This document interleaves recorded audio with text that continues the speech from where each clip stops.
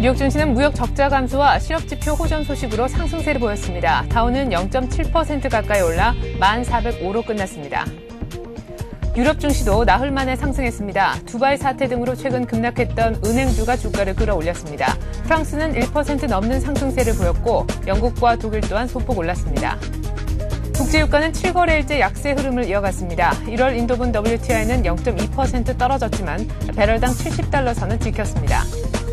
정부가 내년에도 일자리 창출이 최고의 정책 목표라고 선언하고 신규 일자리 20만 개를 창출하겠다고 말했습니다. 내년 실질 성장률은 연간 5% 내외로 OECD 가운데 최고 수준을 유지할 수 있을 것으로 내다봤습니다. 안녕하십니까. 이슈의 마켓의 최리나입니다. 간밤에 열린 뉴욕 증시가 상승세로 마쳤습니다. 경제 지표가 모두 좋았기 때문인데요. 다우가 0.67% 오르면서 1405를 기록을 했습니다. 매주 목요일에 발표가 되는 주간 신규 실업수당 청구 건수가 예상 밖의 증가세를 보였지만 보다 추세적인 지표를 알 수 있는 4주 평균이 1년 내 최저치를 기록했다는 소식이 있었고요. 10월 무역 적자 또한 수출 호조에 예상 밖의 축소되는 모습이었습니다. 보다 자세한 글로벌 증시 전문가와 함께 알아보겠습니다. 동양종금증권에서 장형철 과장 나오셨네요. 안녕하세요. 네, 안녕하십니까? 네, 지표가 모두 괜찮았어요. 네, 어제 뉴욕 증시는 지표발 호재가 좀 가장 많이 좀 이슈화 됐었는데요. 일단 유럽 증시도 미국발 지표 때문에 좀 상승세를 나타냈던 게 좀 특징적이었습니다. 어제 같은 경우에 일단은 고용 지표와 그다음에 무역 수지 지표 발표가 예정되어 있는데 실제 시장에서는 전망치 자체가 좀 소폭 많이 감소할 것이라고 예상을 했는데요. 실제로는 발표치 자체가 좀 이렇게 호전적으로 나오면서 증시를 좀 이렇게 이끌었던 달력이 되지 않았나 일단 그렇게 예상되고요. 일단 자세한 뉴욕 그 지수 차트를 한번 보시면서 일단 말씀드려보면요. 어제 같은 경우는 일단은 좀 많이 우려가 됐습니다. 일단 21선 밑에서 기술적으로 좀 많이 힘들지 않을까 이제 예상을 했는데요.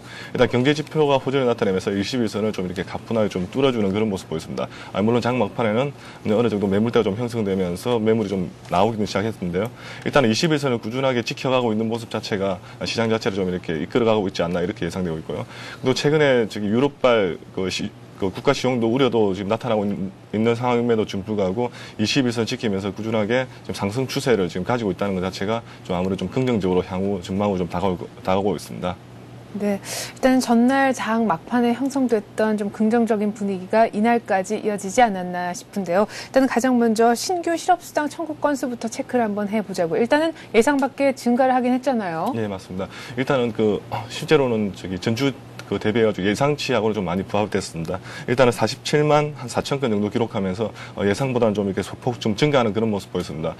근데 반면에 일단은 그 4주 평균을 따져본 그 신규 실업수당 청구 건수 같은 경우는 일단은 4주 평균도 1년 내 최저치로 감소하면서 올해 시장에는 좀 큰 폭의 좀 호재로 좀 작용했던 그런 모습 보였는데요. 일단은 최근에 기업들이 해고가 굉장히 좀 많이 둔화되고 있다는 게 지표를 통해서 좀 많이 나타났었고요. 그에 따라서 3월달, 4월달 고용 시장이 확대되는 그 내년 3, 4월달에 고용 회복에 대한 기대감이 지금 이제 실업수당 청구 건수를 통해서 나타나고 있지 않나 그렇게 좀 많이 전망을 하고 있고요. 일단 자세한 그래프를 준비했던 그래프를 한번 확인해 보시면서 한번 나타내 보겠는데요. 일단은 전주에 대한 그 실업수당 청구 건수 같은 경우에는 약간 좀 소폭 증가하는 모습 보였지만 일단은 붉은선으로 나타내고 있는 4주 평균 변동선을 굉장히 많이 줄였던 4주 평균 같은 경우에는 아직까지 계속 하락 추세에 있기 때문에 아무래도 좀 고용에 대한 그 회복 기대감이 좀 많이 높아지지 않나 그렇게 일단은 보고 있습니다.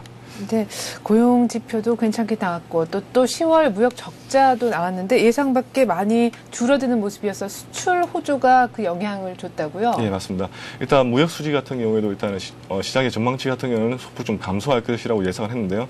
실제로 좀 나타냈을 때는 한 7.6% 정도 감소하면서 한 329억 불 정도 일단은 아직은 마이너스 상태였지만 굉장히 좀 전월 대비해서 좀 큰 폭으로 감소폭이 좀 많이 약해졌습니다. 일단 여기에 대해서 수출 호조 가장 크게 나타냈던 원인은 일단은 미국의 달러 약세가 제일 가장 컸던 이유 중에 하나고요. 네. 그리고 최근에 나타냈던 게 뭐 반도체라든지 아니면 그 자동차라든지 그다음에 항공기 부분에 대해서는 그 여객 수요라든지 화물 수요에 대한 그런 수요가 굉장히 커지면서 그 미국의 주요 3대 수출품 중에 하나인 이 반도체, 항공기, 자동차에 대한 수출 호조가 굉장히 크게 나타나면서 아무래도 좀 무역 수지가 좀 개선이 좀 많이 됐던 것 같습니다.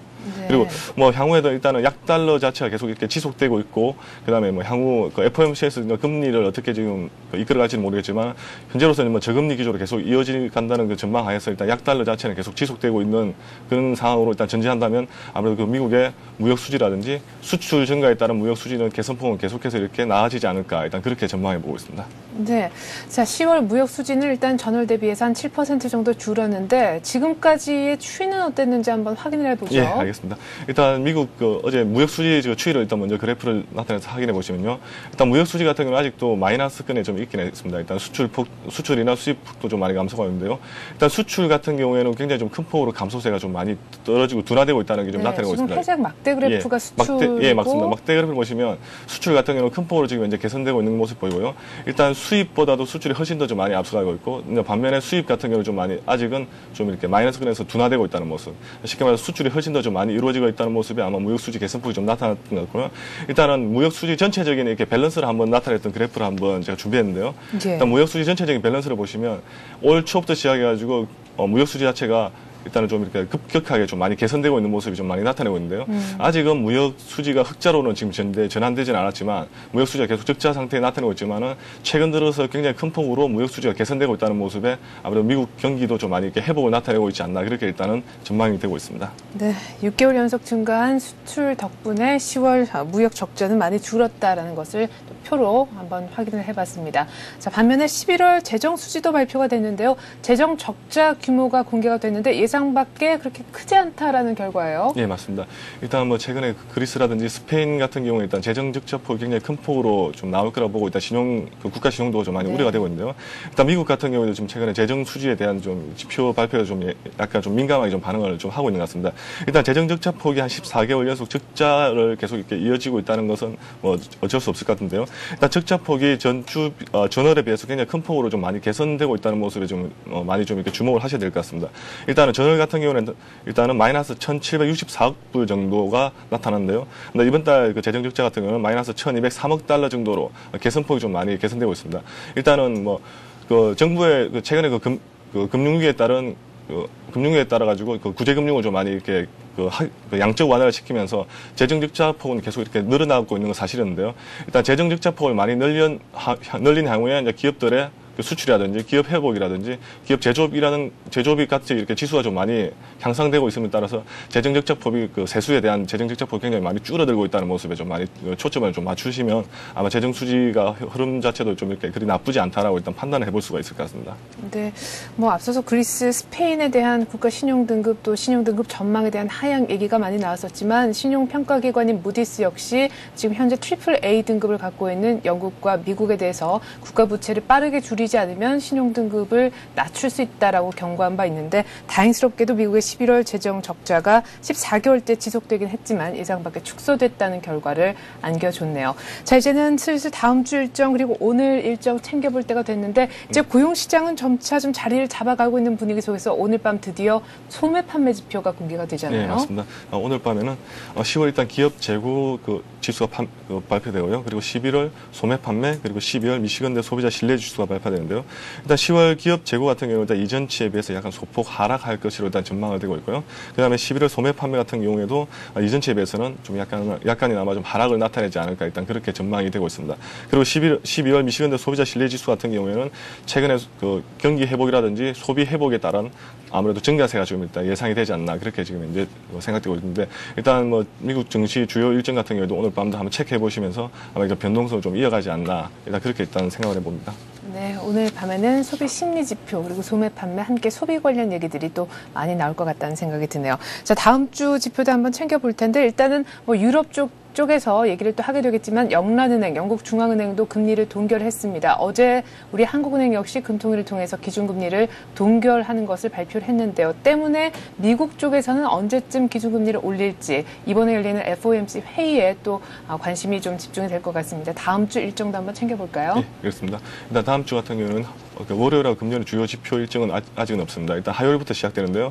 일단 다음 주에 제일 먼저 체크해 보셔야 될 게 뭐 FOMC 정책 회의도 있고요. 그다음에 다음 주 같은 경우는 부동산하고 주택 관련 지표들이 좀 더 발표가 예정되어 있습니다. 그런 지표들도 한번 체크해 보셔야 될 것 같은데요. 일단 화요일부터 보시면 일단은 11월 생산자 물가 지수와 11월 산업 생산 그리고 12월 뉴욕 제조업 지수가 지금 예정되어 있고요. 그다음에 미국 FOMC 정책회의가 15일부터 16일 날까지 일단 예정되어 있습니다. 이 부분 좀 체크해 보시면 좋을 것 같고요.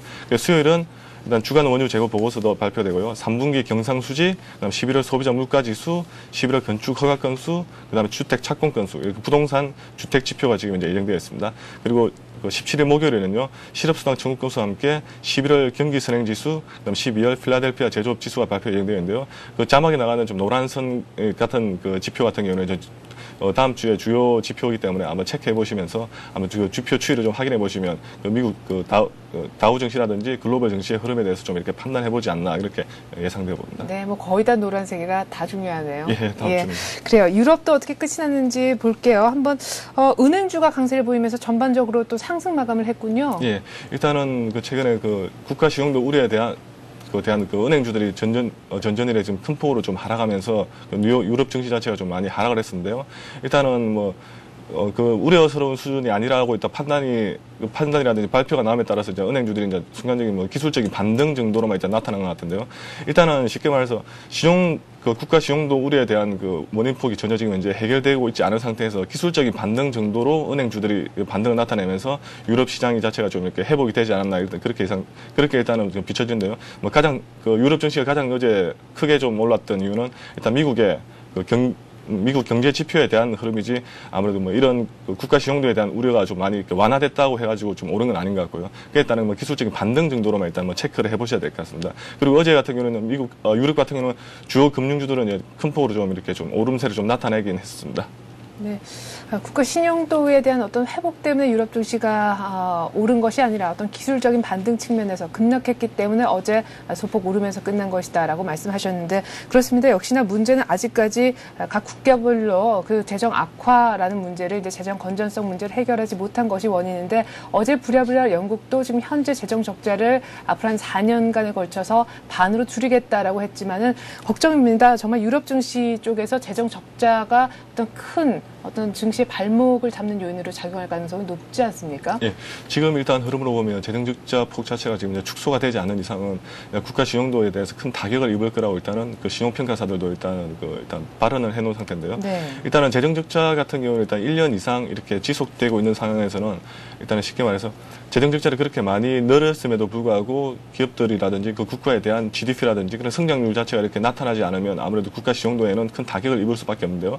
최근에 미국 같은 경우는 재정적자 폭이 굉장히 큰 폭으로 늘었음에도 불구하고 GDP라든지 다른 성장률 자체 아니면 기업들의 수출이라든지 그런 게 흐름이 좋게 이어지다 보니까 네. 재정적자 폭도 많이 줄일 수도 있고 세수도 좀 많이 확대할 수 있는데요. 그렇죠. 일단 스페인이라든지 그리스 같이 일단 발표됐던 국가들 보시면 재정적자를 늘렸음에도 불구하고 확실하게 이렇게 재정적자를 다시 축소할 수 있을 만한 세수입 자체가 지금 이제 없다는 건 그만큼 돈을 쓰는데도 불구하고 기업에 대한 활성화 지금 이제 많이 이루어지지 않았다는 것에 대한 아무래도 신뢰도가 떨어지면서 국가 신용도에 대한 우려가 좀 많이 나타났는데요.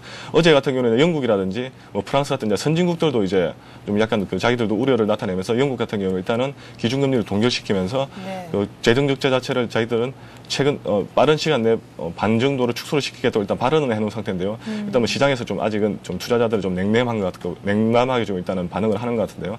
일단은 재정적자 폭에 대한 지표 발표라든지 아니면 GDP라든지 그런 발표라든지 경기가 계속해서 이렇게 호전되고 일단 발표가 이렇게 계속해서 나와주지 않으면은 아무래도 신용 등급에 대한 우려는 아무래도 좀 이렇게 현실로서도 다가오지 않을까. 그러면은 유럽 증시도 좀 한 번 더 변동성을 주고 따라서 뉴욕 증시, 글로벌 증시도 한 번 더 변동성을 주지 않을까. 일단 그렇게 생각을 해보는데요. 일단은 그까지는 좀 안 갔으면 좋겠는데 일단은 빠르게 재정적자 폭이 축소되고 있다는 유럽 시장 쪽에서 흐름 자체가 좀 빨리 좀 나와줬으면 하는 개인적인 바람입니다. 예, 그렇죠. 자, 그리고 상품 쪽도 얘기를 한번 들어보죠. 유가가 어느덧 배럴당 $70 선을 겨우겨우 유지하는 상태로까지 내려왔는데 지금 금값은 나흘 만에 또 반등을 했다고요. 조금 다른 흐름이 보여졌어요. 예, 어제 같은 경우는 일단은 경기 지표가 좀 좋게 나오면서 일단 달러가 좀 굉장히 혼선을 좀 작용했는데요. 일단 최근에 유가 같은 경우는 최근에 상품 시장에서 좀 이렇게 이슈가 좀 많이 둔화됐다는 그런 느낌이 좀 많이 받을 수가 있는데요. 네. 일단 제일 먼저 나타나는 게 일단 상품주 중에서는 광산주라든지 아니면 금 관련된 관련됐던 그런 광산주나 그런 쪽에서 아마도 좀 이슈가 좀 많이 나타나고 있습니다. 일단 금값 같은 경우에 일단은 달러가 혼선만 빚거나 아니면 달러가 하락을 하면 금값은 어김없이 이렇게 상승하는 그런 패턴을 계속 지금 보여주고 있는 거에 따라서 달러에 대한 투기라든지 아니면 투자 수요가 굉장히 좀 크다는 걸 좀 이제 알 수가 있는 것 같고요. 유가 같은 경우에는 최근 그런 회복세라든지 최근 경기 회복세라든지 그런 거에 대해서는 약간 경기 회복세에 대한 그 완화가 계속 지속되고 있다는 게 이제 시장에서 어느 정도 알려지면서 그 유가에 대한 어떻게 보면 그 모멘텀이라든지 이슈는 좀 많이 좀 이렇게 둔화되지 않았나 일단 그렇게 좀 예상되고 있는데 뭐 유가 같은 지금 현재 어제 같은 경우는 70.54달러에 마감했는데요.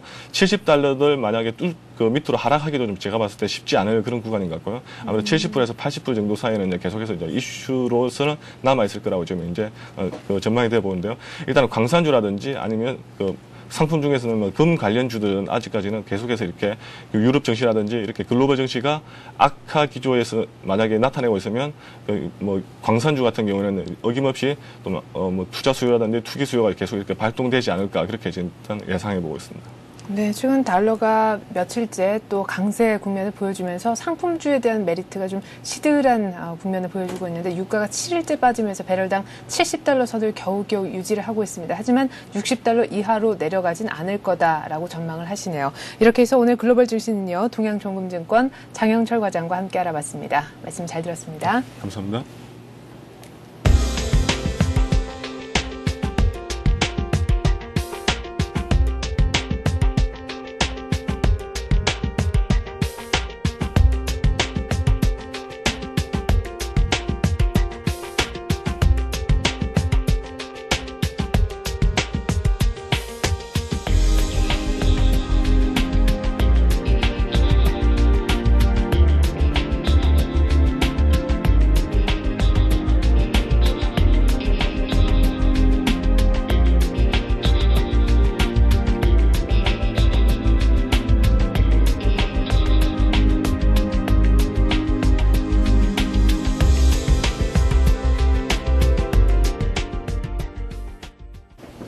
네, 이 같은 글로벌 증시 바탕으로 해서 오늘 우리 장은 어떤 흐름을 보여줄지 전망 들어보는 시간 갖겠습니다. 신한금융투자 의정부지점 최용 대리 전화 연결합니다. 안녕하세요. 안녕하십니까, 최용입니다. 네, 자 오늘 장 변수를 체크해보기 이전에 어제 금통이었고 또 쿼드러플 미칭데이였는데 정말 만기 서프라이즈가 나오지 않았습니까? 정말 어마어마한 1조가 넘는 비차익 매수. 전일장 정리부터 들어보죠.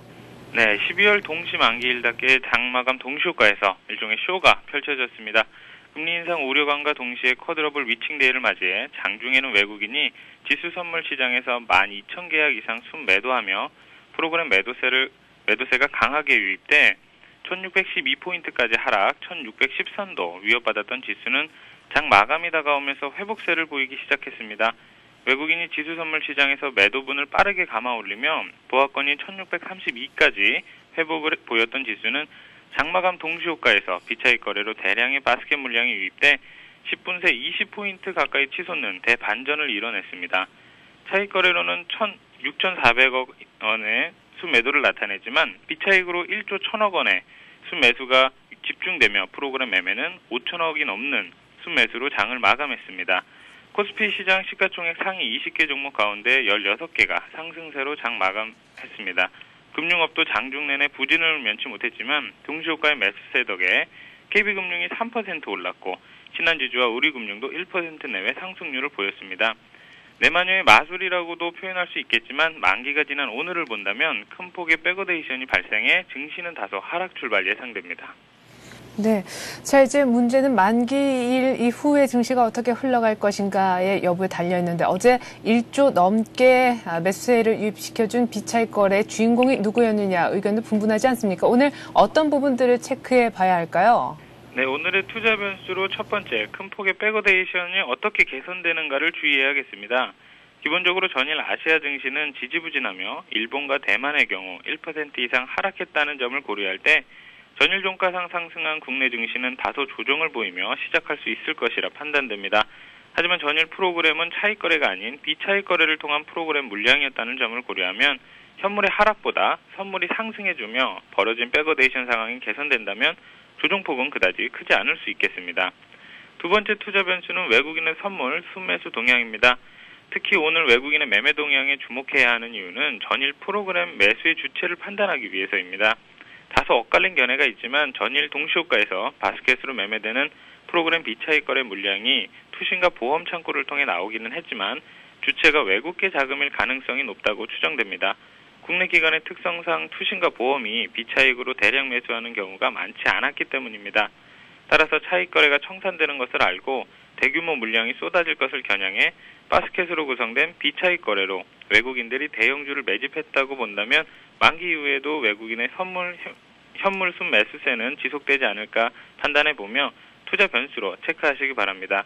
만약 기대대로 금일도 외국인의 매수세가 이어진다면 연말 랠리 가능성도 높아진다고 하겠습니다. 네, 큰 폭의 백오데이션 개선 여부 그리고 외국인들이 또 계속해서 사줄지 그 수급도 체크를 해봐야 된다고 말씀하셨는데 어제 18포인트나 올라서 1650을 넘기지 않았습니까? 오늘 추가적으로 뉴욕 증시 영향을 받아서 더 올라간다라고 하기에는 조금 부담스러운 자리다 하는 생각도 드는데 말이죠.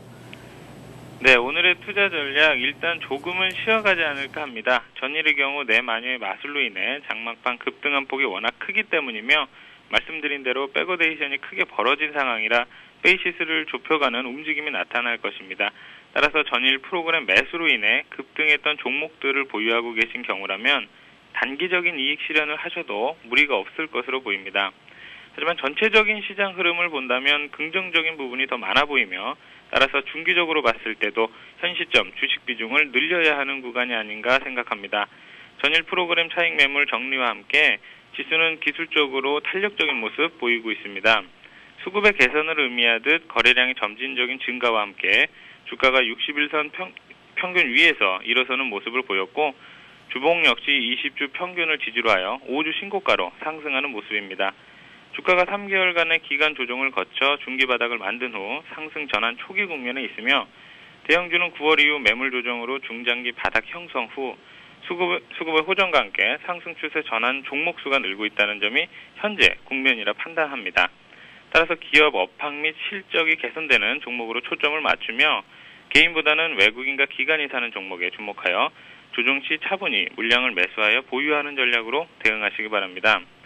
종목을 찾지 못해 고민하시는 분들이 많은데 이럴 때는 수급 개선 종목에 집중할 필요가 있습니다. 특히 외국인 기관, 그중에서도 투신의 양매수가 이루어지는 종목들 주목해서 봐야 합니다. 전일 외국인과 투신 전체적으로 순매도를 나타냈으나 다음과 같은 종목들은 양매수가 이어지고 있습니다. 하이닉스, LG 디스플레이, 현대 하이스코 등이 그 예고요. 이 밖에도 삼성중공업, 삼성전기, 대우건설 등이 있습니다. 단기적으로 상승한 종목들도 많지만 지속적으로 수급이 개선되고 있다는 점을 고려할 때 현금 매수보다는 분할 매수로 일부라도 말씀드린 종목들을 편입하시는 전략이 유효해 보입니다. 네, 외국인과 기관의 양 매수가 들어오는 종목, 하이닉스부터 현대 하이스코까지 한 10여 개 종목 정도를 말씀하셨던 것 같은데 그중에서 구체적으로 한 종목만 좀 자세히 볼 수 있을까요? 네, 오늘의 에티 종목은 기아차입니다. 9월 말 19,200원의 고점 형성 후 환율의 급격한 하락으로 인해 워낙 약세 수혜주인 기아차는 상승세가 둔화되며 1,600원에서 16,000원에서 19,000원 사이에 박스권 움직임을 보이고 있습니다. 현재 시점 박스권 상단 부분으로 이익 실현을 고려하는 분들도 계시겠지만 12월 들어 외국인과 투신의 매수세를 고려해 볼 때 이번에는 박스권 상단 돌파가 가능하지 않을까 하는 판단입니다. 반등세가 지속될 것으로 보는 이유는 11월 자동차 판매가 초강세를 보이며 기아차 4분기 판매 대수가 사상 최대를 기록할 전망이고 최근 달러화 대비 엔화 가치가 약세로 전환했으나 현재 원-엔 환율은 한국 자동차 업계에 여전히 우호적이기 때문입니다. 게다가 미국 시장 신차 점유율도 신차가 계속 출시되며 상승세가 재개될 전망입니다. 차트를 보시면 말씀드린 대로 기아차 박스권 상단 부분에 위치한 상황이며 박스권 상단 돌파 가능성에 무게를 두며 접근하는 전략입니다. 따라서 매수가는 현 시점이 19,000원으로 하며 손절가는 예상과 다르게 박스권 상단을 돌파하지 못할 경우 5일선이 붕괴되는 시점인 18,200원으로 짧게 잡겠습니다. 돌파 실패 시에는 다시 기간 조정을 보일 수 있다고 생각하기 때문이고요. 반대로 목표가는 박스권 상단 돌파 시에는 연중 신고가가 형성된다는 점과 연말 랠리 가능성까지 고려하여 25,000원으로 하겠습니다. 네, 잘 들었습니다. 신한금융투자 의정부 지점 최용 대리였습니다. 고맙습니다. 네, 감사합니다.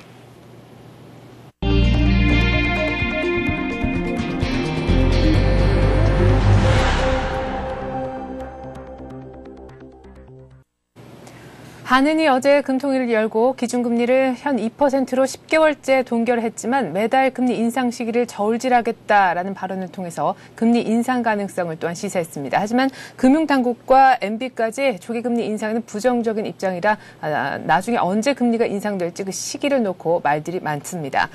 정부가 내년 경제정책 운용의 최우선 과제로 일자리 창출을 꼽았는데요. 이를 위해서 매달 이명박 대통령이 주재하는 이른바 국가고용전략회의도 한시적으로 운영할 계획입니다. 양질의 일자리가 어떻게 만들어지는지 구체적인 플랜도 한번 들어보도록 하죠. 정부가 주택가격 지표를 직접 챙기겠다고 얘기합니다. 이르면 내년부터요. KB 부동산 지수가 통계청으로 이관될 것으로 보이는데 하지만 국민은행 측이 계속해서 자체적인 조사를 계속하겠다는 입장입니다. 때문에 시장의 혼란도 우려되고 있습니다.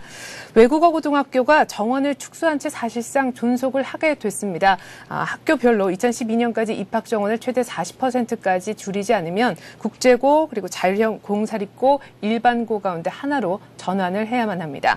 MBC 대주주인 방송문화진흥회가 어제 이사회를 열고 일괄 사표를 제출한 MBC 경영진에 대한 재신임 여부를 평가를 했는데요. 엄경 사장은 유임시키기로 했지만 핵심 임원 4명의 사표는 수리를 했습니다. 이같이 지금 조금 다른 행보를 보이고 있는 의미 무엇인지 알아보도록 하겠습니다. 오늘 이 같은 내용 바탕으로 해서 뉴스 따라잡기 시간은요. 서울경제신문 김영필 기자와 함께 진행하겠습니다. 안녕하세요. 네, 안녕하세요. 네, 어제 한은 금통위가 열렸는데 이성태 총재가 금리 인상 가능성을 시사하지 않았습니까? 네, 이성태 한국은행 총재가 어제 열린 금융통화위원회에서 머지않아 금리 인상을 취할 수 있다는 뜻을 밝혔는데요. 재미있는 것은 이명박 대통령과 한국은행이 추구 전략에 대해 정반대의 입장을 보이고 있다는 것입니다. 이 대통령은 내년에도 정부가 계속 돈을 풀어야 한다는 입장이고 한국은행은 금리를 빨리 인상해 시중에 풀린 돈을 걷어들여야 한다는 생각입니다.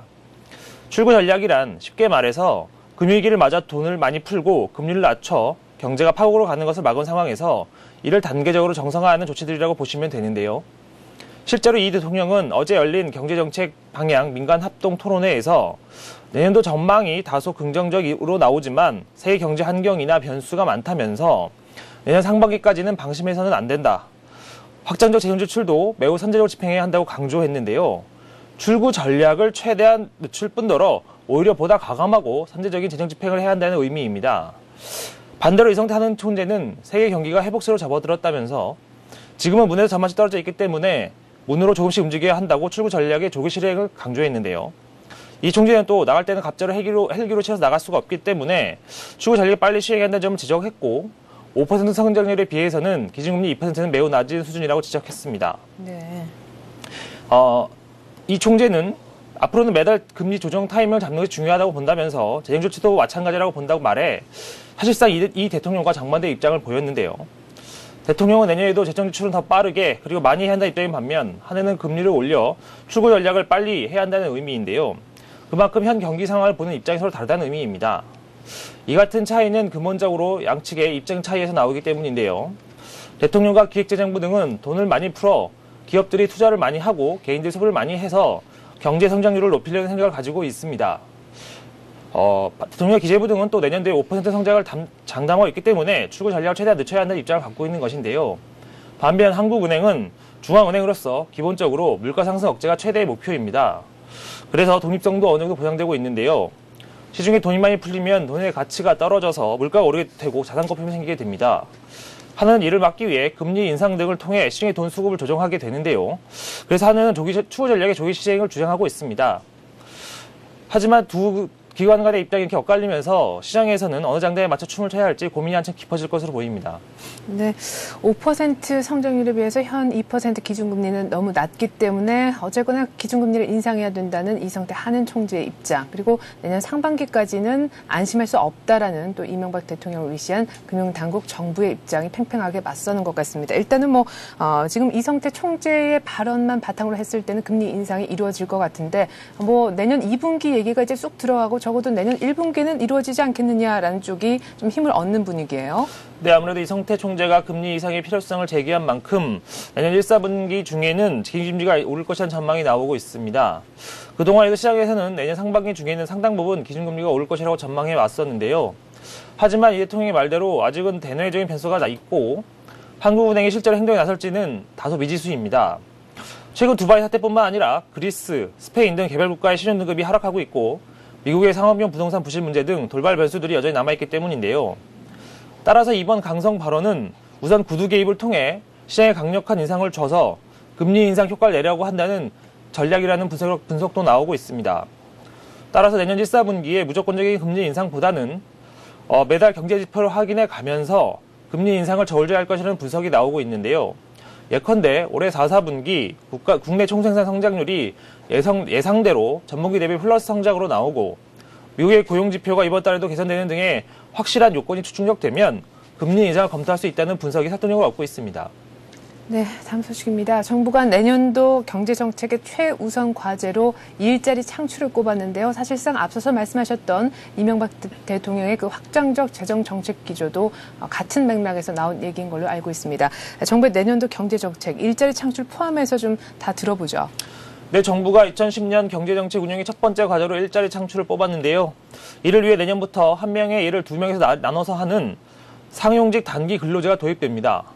또 대통령이 주재하는 국가고용전략회의가 신설되고 상반기 중 장단기 국가고용전략이 발표됩니다. 이와 함께 정부는 위기대책, 단계적 정상화, 서민생활 안정, 녹색 성장, G20 정상회의, 산업체제 개선 등을 주요 과제로 선정했는데요. 정부는 10일 청와대에서 이명박 대통령 주재로 연구기관, 국내외 전문가, 학계 등이 참석한 가운데 이 같은 내용의 2010년 경제정책을 확정해 발표했는데요. 정부는 확장적 경제정책을 유지하기 위해 내년 상반기 예산의 60%를 조기 집행하고 중소기업 대출 보증 등을 내년 상반기까지 유지하기로 했습니다. 서민생활 안정 대책으로는 청소년 미혼모에게 일정 연령까지 양육비와 의료비 등을 지원해주고 기초생활수급자의 집 개보수 사업 지원 및 영세 소매 점포를 개량하는 데 1,100억 원을 내놓을 예정입니다. 산업체질 강화를 위해서는 차세대 반도체 조명, 3D 등 IT 신산업을 미래 성장 동력으로 삼을 예정인데요. 이를 통해 미래 성장 동력을 발굴 육성해 차세대 먹거리를 만들겠다는 생각입니다. 네, 역시 무엇보다도 일자리 창출에 좀 힘을 쏟겠다 하는 부분이 가장 눈길을 모은다 하는 생각이 드는데요. 일단은 경제정책 과제로 이렇게 정한 사업들의 정책 어떤 배경들 그리고 자세한 실행 방안들도 한번 들어보죠. 네, 정부가 내년 경제정책 운영의 첫 번째 과제로 일자리 창출을 뽑은 것은 역시 고용 회복이 성공적인 위기 극복에 이어 성장 기반을 확충하는 데 최우선 과제라고 인식했기 때문입니다. 위기 이후 정부가 인턴제 등을 통해 한시적인 보완책에서 벗어나서 양질의 민간 일자리를 만드는 것이 그만큼 중요하다는 얘기인데요. 이를 위해 교육, 노동, 산업, 복지 등 다양한 분야의 전문가들이 매달 모여 고용 전략 회의를 열고 일자리 창출을 위한 장단기 대응 방안을 내놓습니다.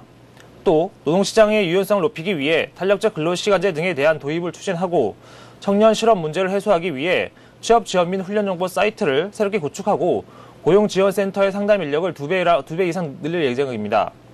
서민생활 안정 대책으로는 크게 물가와 부동산 대책, 탈빈곤이 핵심인데요. 먼저 물가와 부동산 시장 안정을 위해 서민들이 실질소득을 높이는 데 주력할 생각입니다. 이를 위해 내년부터 2012년까지 중기적 시각에서 물가 흐름을 정기적으로 모니터링하고 부동산 시장 안정을 위해 내년부터 상시적으로 시장에 대한 점검을 시작할 예정입니다. 또 정부는 일자리와 교육이 빈곤에서 탈수출할 수 있는 가장 좋은 길이라고 보고 기초생활수급자이면서 일을 하는 이들에게는 목돈 마련을 지원하는 희망키움 통장을 도입할 예정입니다. 또 저소득층이 대학 재학 중 등록금 걱정 없이 학업에 전념할 수 있도록 취업 후 학자금 상환 제도를 실시할 예정입니다. 또 금융위기를 맞아 한시적으로 도입했던 중소기업 지원책은 내년 상반기까지 연기되지만 한계 기업에 대한 지원은 대상에서 제외됩니다. 보증 비율도 단계적으로 낮추고 초과 보증에 대해서는 보증 규모를 줄여나갈 계획인데요. 특히 신규 보증의 경우에는 금융위기 이전 수준으로 돌아간다는 생각입니다. 한동안 정부는 신용보증기금과 기술보증기금 등을 통해 중소기업 대출에 대해 보증의 비율을 높여줘서 은행들이 중기대출을 많이 할 수 있도록 도왔는데요. 이 같은 조치가 단계적으로 정상화되는 것입니다. 당분간 확장 기조를 유지하되 경기와 고용 상태를 살펴서 거시 경제정책을 점진적으로 정상화하겠다는 의지의 뜻으로 보입니다. 네, 일자리 또 부동산, 중소기업에 대한 지원 등을 담은 또 실물 안정 분야, 사회 안정망 등등 모든 분야를 다 망라하는 정부의 내년도 경제 운용 정책에 대한 방향을 한번 들어봤습니다. 다음 소식입니다. 국민은행이 조사에서 발표를 지금 하고 있죠. 주택가격 동향 조사. 그런데 내년부터는 통계청으로 이것이 이관될 예정이라고요. 네, 맞습니다. 우리나라의 유일한 국가 승인 주택가격 지표인 국민은행의 주택가격 동향 조사가 이르면 오는 2010년부터 통계청으로 이관됩니다. 국가기관이 직접 주택가격을 조사해 통계의 신뢰도와 부동산 정책 효과를 높이겠다는 의도인데요. 정부의 한 고위 관계자는 10일 언론 보도와 국정감사를 통해 국민의 통계가 신뢰도 측면에서 문제가 많다는 점이 지적됐다면서 주택가격 지표는 부동산 정책의 주요 참고 자료인 만큼 정부가 직접 조사, 작성하는 방안을 검토하고 있다고 밝혔습니다. 국민은행의 주택가격 동향 조사는 과거 주택은행이 국민은행과 합병하기 전인 지난 1986년부터 작성해 발표한 국내 유일의 국가 승인 주택 통계 지표인데요. 네. 여기에서 나오는 시세를 바탕으로 은행에서 주택담보대출을 하게 되고 담보 인정 비율인 LTV를 산정하게 됩니다. 또 전세금 대출을 받을 때도 국민은행의 통계 시세를 이용하게 되는데요. 정부가 이를 위해 은행에 예산을 지원해주는 사업이기도 합니다. 문제는 KB 부동산 시세가 시장 가격을 제대로 반영하지 못한다는 문제인데요. 네. 국민은행이 조사에 발표한 집값과 시세가 많은 차이가 나고 있다는 지적이 나오고 있습니다. 특히 국민은행의 조사 결과가 주변 시세보다 많게는 수억 원씩 높은 경우도 있어서 주택담보대출의 부실을 가져올 수 있다는 지적도 많이 꾸준히 제기되고 있었는데요. 주택가격을 높게 잡으면 그만큼 대출이 많이 나갈 수밖에 없는데 실제로 팔았을 때 그만큼 돈을 받지 못하면 주택담보대출을 갚을 수 있는 길이 없어지게 됩니다. 그렇겠죠. 정부는 앞으로 호가에 기반한 시세는 통계청으로 실제 거래 가격 통계는 국토해양부로 이원하겠다는 구상을 세우고 있는데요. 국민은행은 이에 대해 다소 불편한 심기를 내비치고 있습니다. 겉으로는 정부 방침을 따르겠다는 표시를 내타하고 있지만 23년간 계속해온 은행의 업무를 정부에 빼앗기는 데다 국민은행은 부동산이 강하다는 인식이 줄어들 수 있기 때문인데요.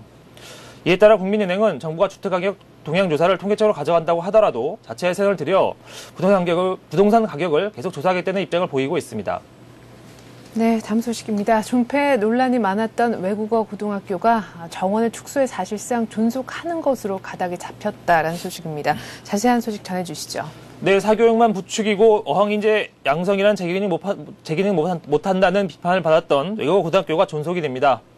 정부는 이 같은 내용을 담은 고유 개편안을 10일 확정해서 발표했는데요.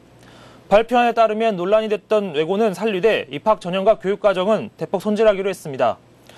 정원 축소 등의 조건을 충족하지 못하면 국제고나 자율형 사립고 등 다른 형태의 학교로 전환하도록 했지만 외고의 반발을 의식한 미봉책이라는 지적이 많은데요. 외고는 학년당 10학급, 학급당 학생 수를 25명으로 맞춰야 계속 외고로 살아남을 수 있습니다. 또 토플 등 각종 영어, 인증시험, 경시대회 등 선행학습을 유발한 성적은 아예 중학교 학교 생활 기록부에서 빼도록 했고 영어 듣기평가를 비롯해 학교별 필기고사를 금지했습니다. 또 구술 면접이나 적성 면접도 못하게 했는데요. 대신 입학 사정관을 통해 전형을 치도록 했습니다. 문제는 외고 폐지 논란의 핵심은 우리나라 공교육 체제에 대한 근본적인 의문 제기에서 나온 것인데 이에 대한 처방 없이 단순히 외고의 문제점 몇 가지만 고쳤다는 점에서 나오고 있는데요. 네. 외고 졸업자의 75%가량이 비어학 계열로 진학하는 입시 명문고로 전락한 상황에서 우리나라 교육의 큰 틀을 바꿔야 함에도 개정안에는 이 같은 고민을 못 담았다는 지적입니다. 이 밖에 국제고 등 특목고와 자율형 사립고도 현재 중학교 2학년이 입학하는 2011학년부터는 신입생 전원을 입학 사정관제로 뽑아야 하고 정원의 20% 이상은 사회적 배려자에게 할당해줘야 합니다. 네, 일단은 외고의 필요성이 인정이 됐기 때문에 외고의 교장들 한숨 돌린 분위기이긴 하네요. 자, 마지막 소식입니다. 엄기영 MBC 사장의 사표가 결국에는 반려가 됐습니다. 하지만 이와는 대조적으로 핵심 임원 4명의 사표는 그대로 수리가 됐는데요. 이것이 뭘 의미하는지요? 네, 엄기영 MBC 사장이 사실상 재시심을 받았는데요. MBC의 대주주인 방송문화진흥회는 10일 이사회를 열어 엄 사장의 사표는 반려하는 대신 편성, 보도, 제작, 경영본부장 등 핵심 임원 4명의 사표를 수리했습니다. 이는 정부가 눈엣 가시로 여겨온 MBC의 시사 교양 프로그램, 뉴스, 토론 프로그램 등을 제작해온 책임자들로 업계에서는 더 이상 정부를 비판하지 말라는 메시지를 보냈다는 것을 해석하고 있는데요. 방문진의 과반을 차지하는 여권 성향의 이사들은 MBC의 PD수첩의 광우병 보도와 백분 토론에 시청자 의견 조작에 대한 확실한 책임을 물어야 한다고 계속 주장해왔습니다. 하지만 이번 4명의 사표를 수리한 데 대해서는 명확한 이유를 밝히지 않아서 정부의 MBC 흔들기에 대한 의혹이 커지고 있는 상황인데요. 이에 대해 MBC 노조는 박문준이 MBC 경영진을 허수아비로 만들고 있다면서 강력히 반발하고 있습니다. 네. 이렇게 해서 오늘 서울경제신문 김영필 기자와 함께 뉴스 따라잡기 시간 진행했습니다. 수고 많았습니다, 김 기자. 네, 감사합니다.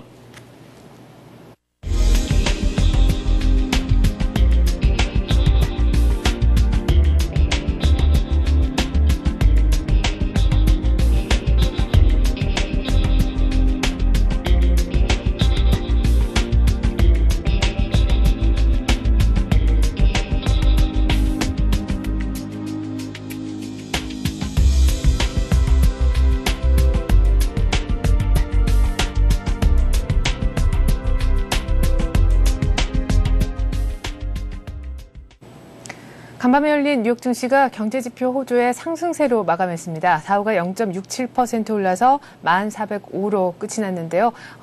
경제지표 중에 하나인 신규 실업수당 청구 건수가 4주 평균치가 감소한 것이 일단 호재였습니다. 4주 평균치가 아닌 일주일치만 봤을 때는 사실 예상 밖의 증가를 해서 47만 4천 건을 기록하긴 했지만 투자자들은 조금 더 추세를 보고 싶었던 모양입니다.